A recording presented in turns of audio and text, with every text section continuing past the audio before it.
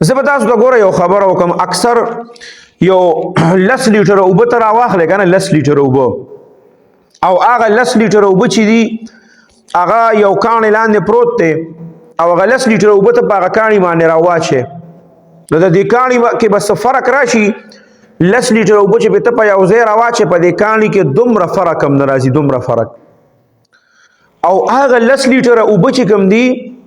هغه ته په یو غټ ګیلن یا په غټ لوښي کې واچوه بره، او هغې کې نرۍ د ستنې دا سرني دومره نرۍ سورې پکې وکړه چې د هغې نه یو څاڅکی لاندې راځي په دې کاڼي باندې. نو تاسو چې د کله دا اوبه په 10 ورځو کې 20 ورځو کې یو میاشت کې دا ختمې شوې که نه، دا اوبه عمکه 10 لیټره اوبه دي چې تاسو راشئ او دې کاڼي ته وګورئ که نه، نو په دې کاڼي کې به لاندې هغې باقاعده خپل ځای جوړ کړي. ښه،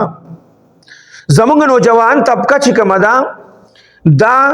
زر د ترقۍ سوچ کوي چې زه د زر کامیاب شم، نو هغې کې اکثر په غلطو لارو باندې دی لاړ شي، او غلطې لارې دي اختیار کی، ناجایزه لارې دي اختیار کی، چرته ګیمونه او چرته د جوارۍ لارې اختیار کی. زمونږ په دې علاقو کې کلم کله جواري شروع ده،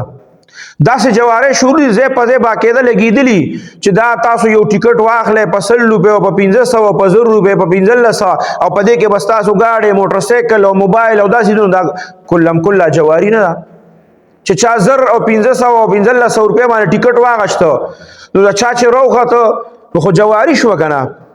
د 2 لکو 3 لکو روپو موبایل یا موټرسایکل یا موټر یې راوخته، ابل چې ورکړي د هغه پیسې لاړې فضول ختمې شوې. جواری کلم کله زمونږ مخې ته کېږي، زمونږ نوجوانان نن سبا شارټ کټ استعمالوي چې مونږ پیسې وګټو. نه، که ته چېرې مستقل کامیابي غواړې نو ته به دکه که دا 10 لیټره اوبه ته په یو ځای په دې کاڼي راواچې هېڅ پروا نه کوي، خو که چېرې دا ته دې کې نرۍ سوریو کې او څاڅکې راځي نو 10 15 20 ورځې کې میاشت کې به په دې کې ډېر غټ خراب کړي او ډېر غټ ځای به پکې کړي. د شارټ کټو نه خپل بچي ساتل پکار دي، دې جوارو نه د خپله معاشره مونږ له صفا کول پکار دي.